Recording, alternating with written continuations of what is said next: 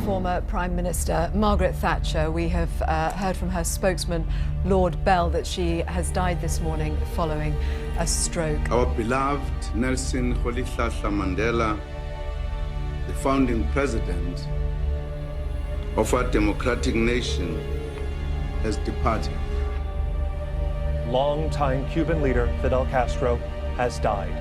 In recent years, key political revolutionary leaders have passed on, giving rise to a new wave of leadership. But months before it began, it was actually prophesied by Prophet Elvis Mbonye in January 2013 that this succession of deaths would actually be a sign for the advancement of the church.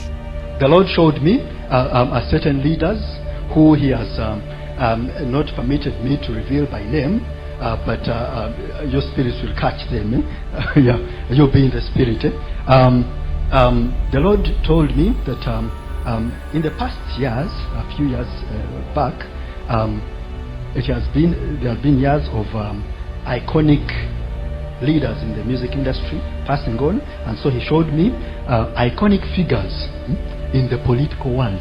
Those, you may call revolutionaries, going one by one.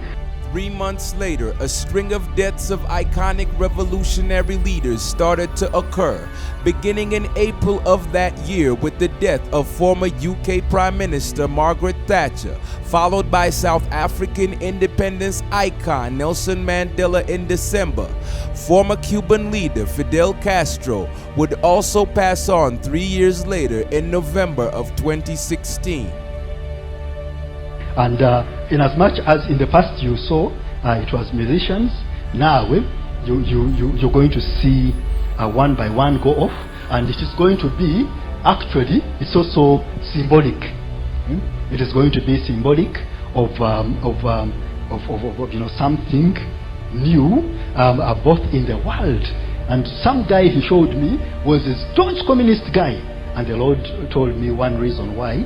What would that indicate in as far as that whole communism ideology is concerned, when that fellow goes off, and there will be some of those places which were actually staunch communists, you're going to see someone emerge in the footsteps of that leader in particular, and the nation will turn around and it will become capitalist. And it will be a shock, because here is a person who was actually connected to the former man, but the way the change will happen, it will be so sharp, and it is all for the good of the spread of the gospel in that part of the world. Many people are asking what will happen next in one of the last remaining communist countries as the world takes in the news that Fidel Castro has died. Raul Castro has been the leader of Cuba since his brother handed over power 10 years ago. Significant change has taken place on the island under Raul Castro, including reforms that would have been unthinkable under Fidel Castro. After decades of isolation and hostility, Raul Castro and President Barack Obama stunned the world in 2014 when they announced their countries would re-establish diplomatic ties. There are 3 important points of this prophecy to note.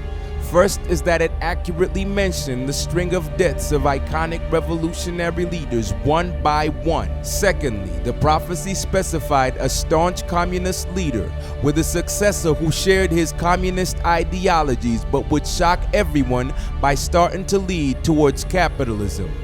Before Fidel Castro's death, his successor and brother Raul, who was initially of the same Communist Party, had already started enacting capitalist reforms in Cuba soon after his ascent to presidency.